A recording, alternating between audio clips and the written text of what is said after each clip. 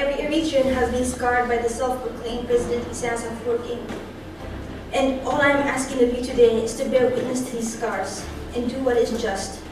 Look through the facade and grant freedom, justice to the Eritrean people.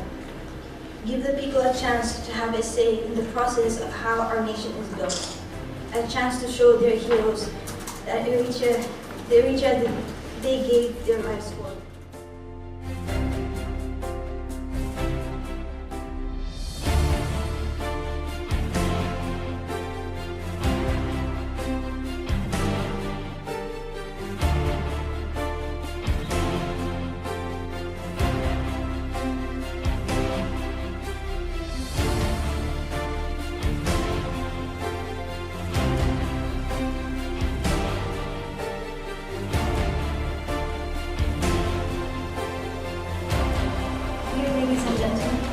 My name is Hanna Petros Solomon, and I came here today to share my experiences with you all, an experience that many Eritreans can relate.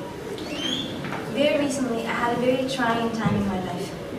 No, I didn't have to dodge bullets across another border. I had to write my transfer essay to a university. In order to understand who you are as a person, the university would ask you to describe the journey that brought you to them.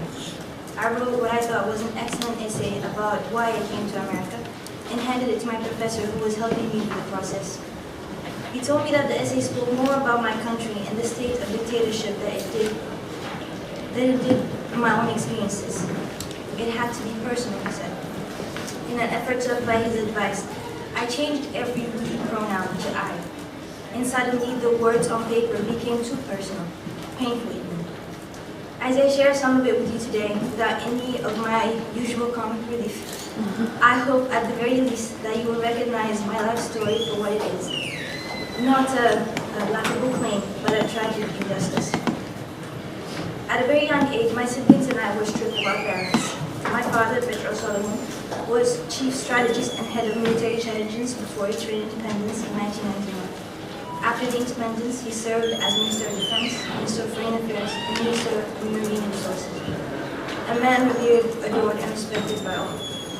Petros Solomon was a charismatic, playful person with extraordinary skills of making friends and principles, not afraid to take the responsibility of being a leader in achieving the vision we all had of Eritrea.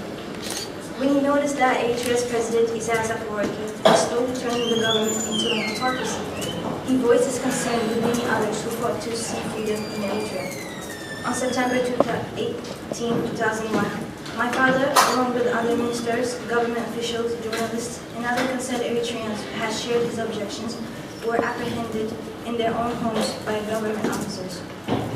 These men, who, like my father, have fought for their country and strived to bring a better and prosperous future, were sent to unknown prisons and held incommunicado for over 15 years and counting.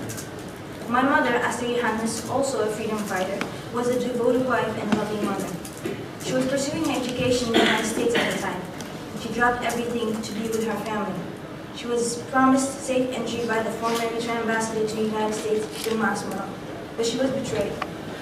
On the day of her arrival, on December 11, 2003, as we were waiting to welcome our mother with flowers, she was kidnapped by government officials. It has been 13 years now.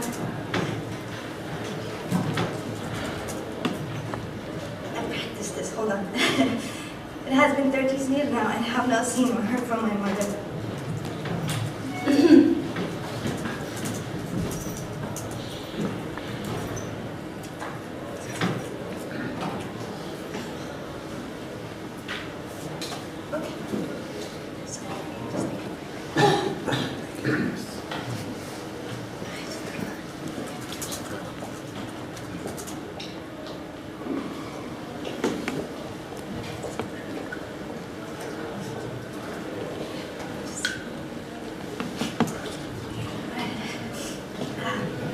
It has been 13 years now and I have not seen or heard from my mother.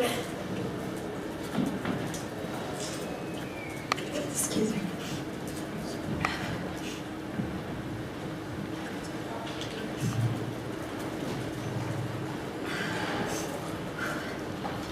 My siblings and I have worn the orphan badge ever since that fateful day. Although that is not a completely holistic picture of what we go through, orphans know where their parents stand. It's in the system, it's traceable paper. Our entire lives, we had to grow up with the crippling reality that if our parents were alive, they were most likely chained up in some hole, being tortured, starved, or even driven to madness. The thing about being the child of a patriot is that the question, what for, is embedded in me at a depth that it's unfathomable for a child of 2, 10, or 11 to deal with. Respectively, my youngest sister's age when she last saw our mother, and myself and my brother's age when we last saw our father. What for? What did my parents fight for? What did thousands of Eritreans fight and die for over 30 years? What for? In June 2009, my siblings and I decided to flee Eritrea. Well aware of the dangers that were awaiting us, we agreed that this mad leap of faith was our only chance to escape the makeshift enslavement that would await us if we stayed. Unfortunately for us, we were caught, and as popular practice in the States, we were sent to prison. The 2 years that was spent in the depth of my countryside, moving from prison to prison and farm to farm, doing hard labor, have proven to be the hardest of my life. From June till September of 2009, I was held prisoner in Nabo Base, a prison ground in Massawa, known for its steel shipping container prison cells. My first-hand insight to the atrocities of my country began here, where I heard the dying screams of a man who was suffocating inside of the container on a day above 40 degrees Celsius. It was here that I also spent time with people who had lost a lot more than I had on their way to freedom. In jail with me was a 1-year-old little girl named Nadia. Nadia had lost a sister. The desert and the miserable conditions of prison proved to be too harsh of an environment for Nadia's pregnant mother, who lost the life of her unborn child. From September 2009 until December 2009, I was detained in Gedem, a desert camp prison with more inmates than there was food. From December 2009 until March 2010, I was moved to Breaker Prison in Medir. In addition to almost 1,000 inmates, this was where I met people who had actually been incarcerated because of their faith. In every prison, we were physically pushed to our limits. The men were subject to hours of hard labor under the sun that included tasks such as digging holes 2 meter wide, 2 meter long, and 2 meter deep. Holes that I later learned were used as underground cells. In every prison, I was shocked by the rate that disease spread. The lack of medical treatment meant that diarrhea could be and was a cause of death. The Eritrean regime mandates that all of its citizens go through military training. Instead of heading directly to Sawa, we were sent to farms like Ahimbor, Morovet, and Moborai, along whichever farm owned by generals we happened upon, to work the fields. There we planted, weeded, and collected tomatoes, onions, and jalapenos. Our guards made sure to maximize on our free labor. They would provide the labor, and in exchange, the generals would reward them for their efforts. We were being constantly beaten for not working hard or fast enough. In many of the prisons and farms I was detained, we never had shelter. We slept on the ground out in the open, being subject to rain, sandstorms, sweltering temperatures, and fending off hyenas in the night. The next morning, we were back in the fields with wet clothes, empty stomachs, and no sleep. Furthermore, the guards used food or breaks from work as bait for sexual favors. I was disgusted by the crass nature of their approach, especially their willingness to take advantage of these women at their vulnerable time. Some of my fellow detainees fell victim to despair, while others like myself who refused were targeted and physically punished.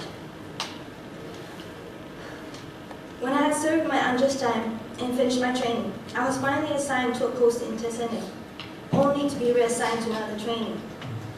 When I got there, it became clear to me that the equality women had earned beside their brothers out in the field during the 30-year war was long gone.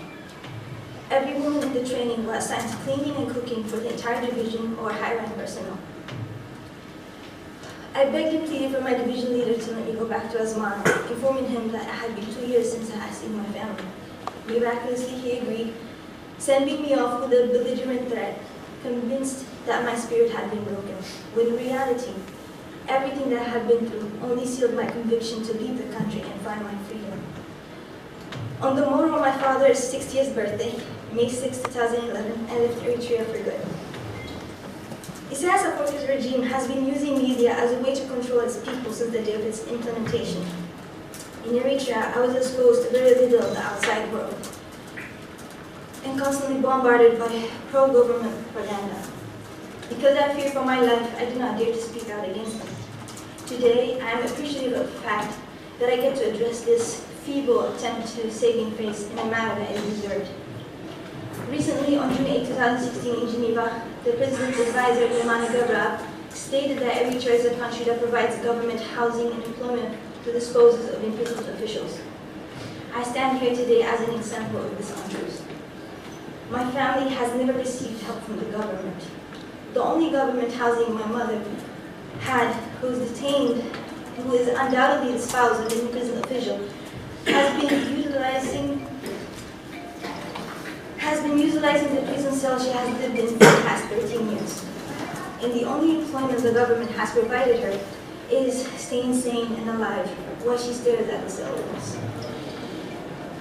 For a man who yesterday claimed to know me and my parents, to be my neighbor and my father's close friend, I've sure done nothing but bring sorrow and turmoil in my family. What does that say of him as a person? What does that say of the people in power who, like Hanna Petros, claim to have shared bread with my father and yet know him and his wife to rot in jail?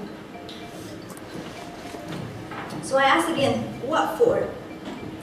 For me, it seems that more so than anything, my parents fought for their legacy. My mother's